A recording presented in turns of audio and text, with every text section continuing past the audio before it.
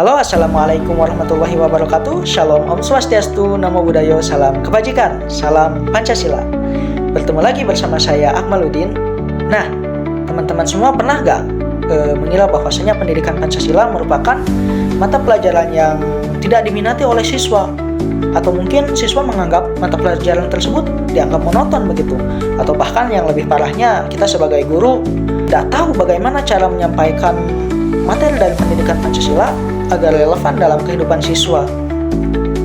Nah, tenang saja, karena dalam video ini saya akan menjelaskan bagaimana cara kita agar menjadi guru yang kreatif dan inovatif dalam menyampaikan materi-materi yang ada dalam mata pelajaran pendidikan Pancasila.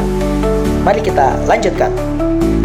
Nah, kita perlu memahami bahwasanya pendidikan Pancasila itu bukan hanya menghafal tentang pasal ataupun tanggal-tanggal istimewa yang ada di Indonesia, melainkan kita juga belajar mengenai fondasi untuk membentuk seorang warga negara, entah itu tentang nilai, tentang norma, dan isi-isi dari implementasi sila Pancasila tentunya.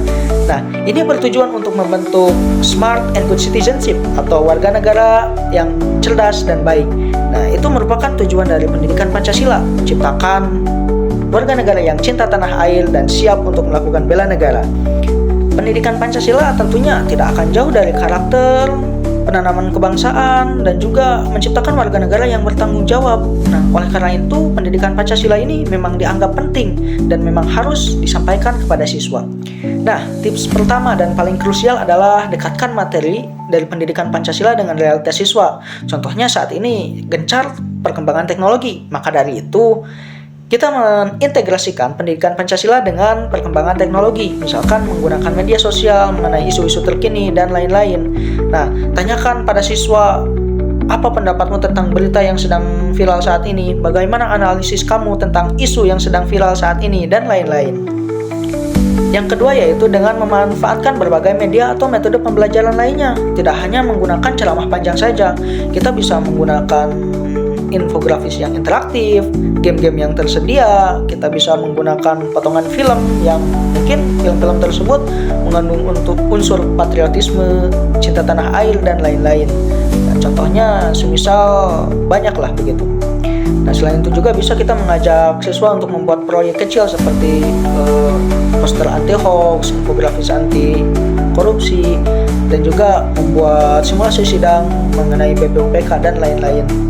Nah, yang ketiga, kita bisa melibatkan emosi dan pengalaman siswa dalam internalisasi pendidikan Pancasila ini. Bagaimana contohnya siswa diajak bercerita tentang bagaimana mereka menemukan keberagaman di lingkungan mereka, bagaimana mereka mengunjungi daerah yang berbeda suku, agama, dan golongan lain dengan mereka. Nah, kita bisa mengajak siswa untuk menyelami bagaimana keindahan Pancasila dalam kehidupan sehari-hari dan bagaimana Pancasila tersebut bisa diterapkan dalam kehidupan sehari-hari. Nah, selanjutnya di tips keempat, kita harus bisa memberikan ruang seluas-luasnya agar siswa mampu berkembang dengan kreativitas mereka sendiri. Jangan takut untuk melepaskan kendali.